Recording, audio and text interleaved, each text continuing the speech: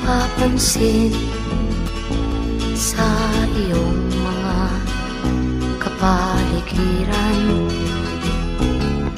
Kay dumi na ng hangin, pati na ang mga ilog natin.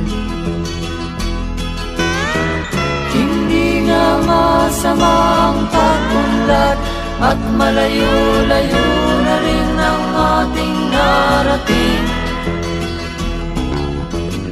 Ngunit masdan mo ang tubig sa dagat, dati kulay asul, ngayon'y naging itim.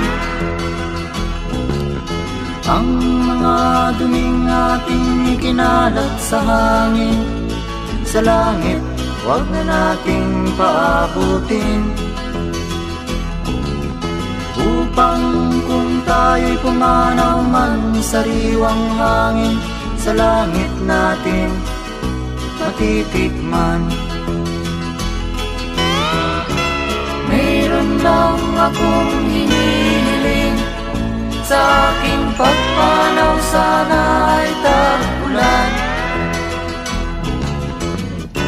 Gitara ko ay aking dadalhin, upang sa ulap na lang tayo magkantahan.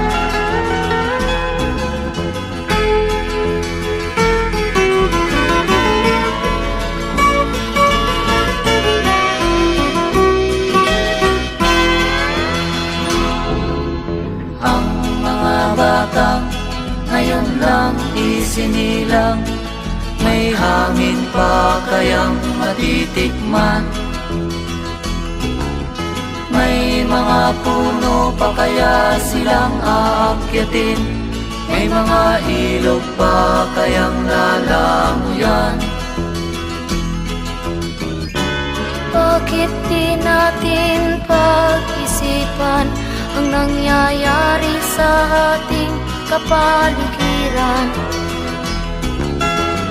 Hindi nga masama ang pag-unlad, kung hindi nakakasira ng kalikasan.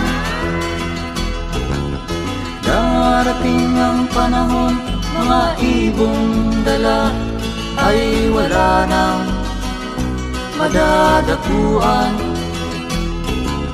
Masdan mo ang mga punong dati ay kay tatag, ngayon'y namamatay dahil sa ating kalukuhan. Lahat ng bagay na narito sa lupa, biyayang galing sa Diyos kahit nung ika'y wala pa.